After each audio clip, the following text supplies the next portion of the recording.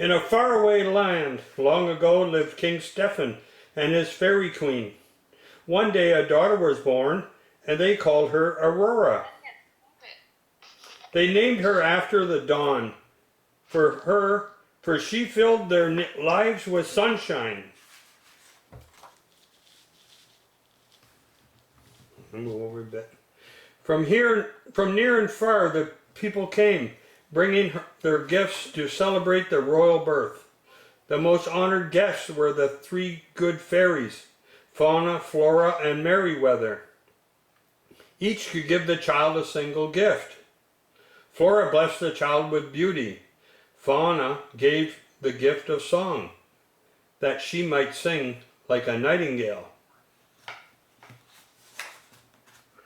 Little Miss Merryweather was about to give her gift when suddenly there was a roar of thunder and a gust of wind. A blinding flash of light filled the great hall, and before them stood the evil Maleficent. That's it. Well, King Stephen, I was quite upset at not receiving an invitation. I too have a gift to bestow on the child. The princess shall indeed grow in grace and beauty, but before the sun sets on her 16th birthday, she shall prick her finger on the spindle of a spinning wheel and die. Oh no! The cry rose from her heart, but before anyone could seize Maleficent and make her take back her evil curse, she had vanished in a flash of flame. What a terrible situation! But there was hope. Merryweather still had her gift to give. Your Majesties, I cannot undo this wicked curse, but I can help. They're all lined up there. Merryweather waved her magic wand over the cradle.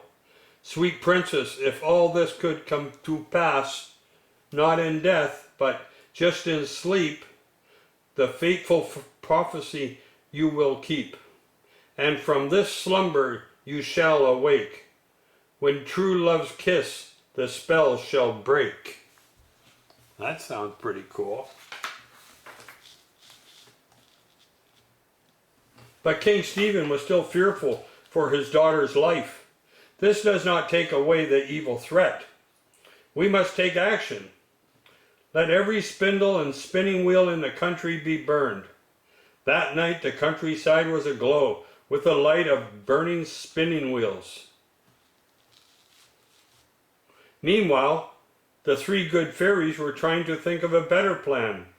Merryweather told the others, "A bonfire won't stop Maleficent. There must be some way we can protect Aurora from that wicked old witch. I know. Let us raise the princess in a secret hiding place. We will keep her safe until her 16th birthday."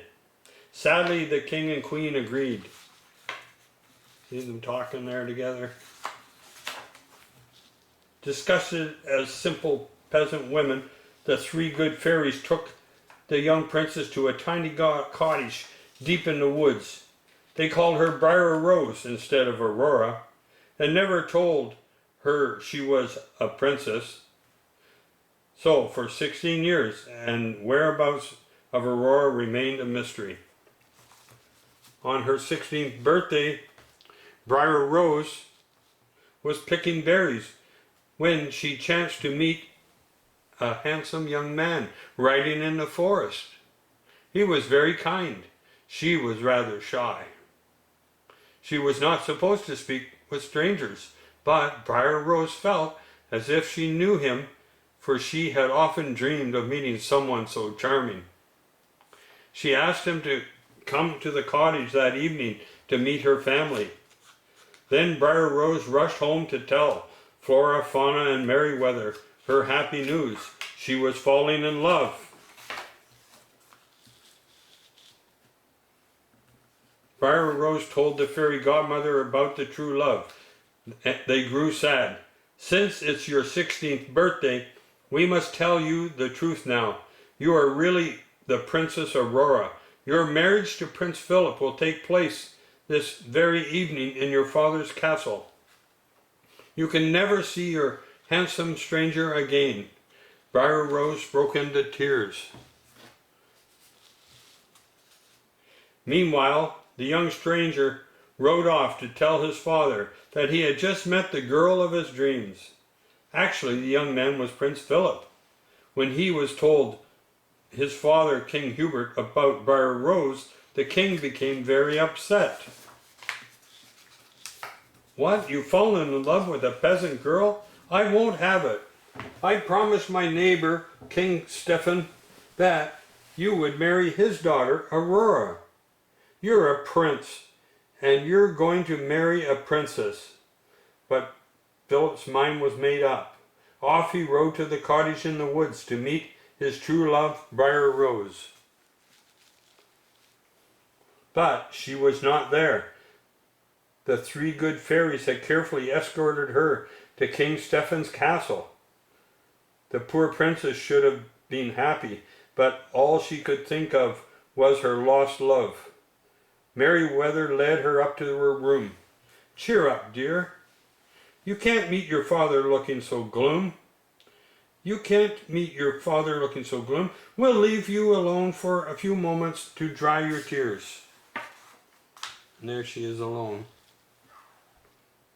While the good fairies waited outside, a mysterious voice began calling to the sad princess, "Aurora, Aurora." In a trance she followed the haunting sound, up a winding stairway to the top of the tower.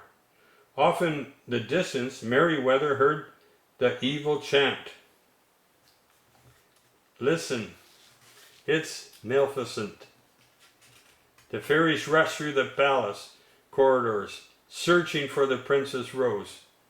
"Rose, don't touch anything."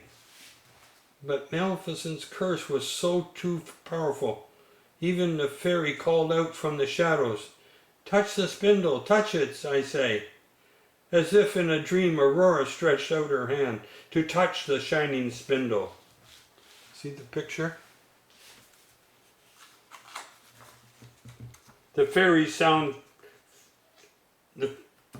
finally found Maleficent, but alas, it was too late. "You poor simple fools, thinking you could defeat me, mistress of all evil. Well, here's your precious princess."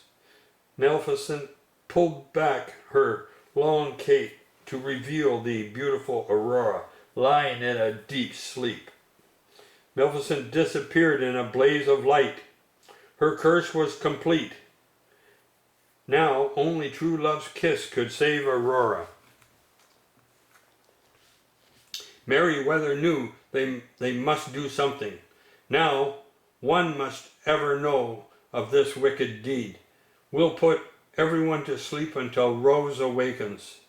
As the fairies cast a spell over the castle, they heard King Hubert say, "My son Philip has lost his head.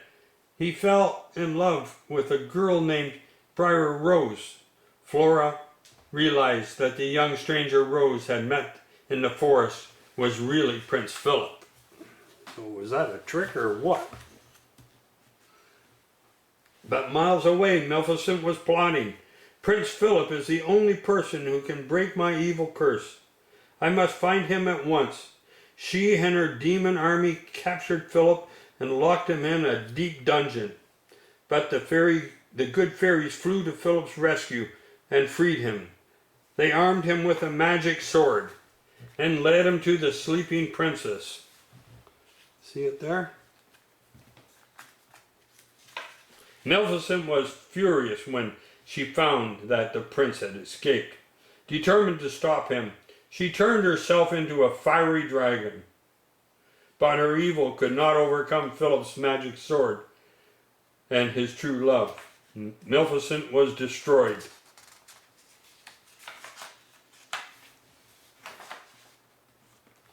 With the help of the three fairies, Prince Philip found the tiny tower room where his sleeping beauty lay. There, dreaming of her true love, was the Princess Aurora, and her very same girl had fallen in love with. He gave her a kiss. She opened her eyes and smiled. Maleficent's spell was broken. Soon the whole castle was awake, and the joyous wedding celebration began. And so the Sleeping Beauty and her own true love were married and lived happily ever after. Ooh, nice castle. And that's the end. And there they are dancing away. Everybody like that one? It was a nice story. Yeah. What? Yes. I have a birthday. Oh, can I have one too? No. I cut my finger.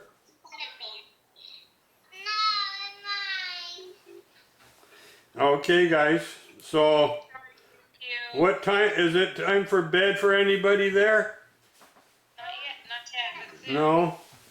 So what's next? You having a snack? Yeah, I'm gonna go to bed at 100. Oh. I Well, I'm going to have a snack and a coffee. And I don't know if there's a hockey game on tonight, but I heard Pittsburgh fell to their opponent last night. Thanks for the story. Okay, guys. We'll see you on the next one. And thanks for watching and listening and being good participants. Okay, guys. Love you all. Bye-bye.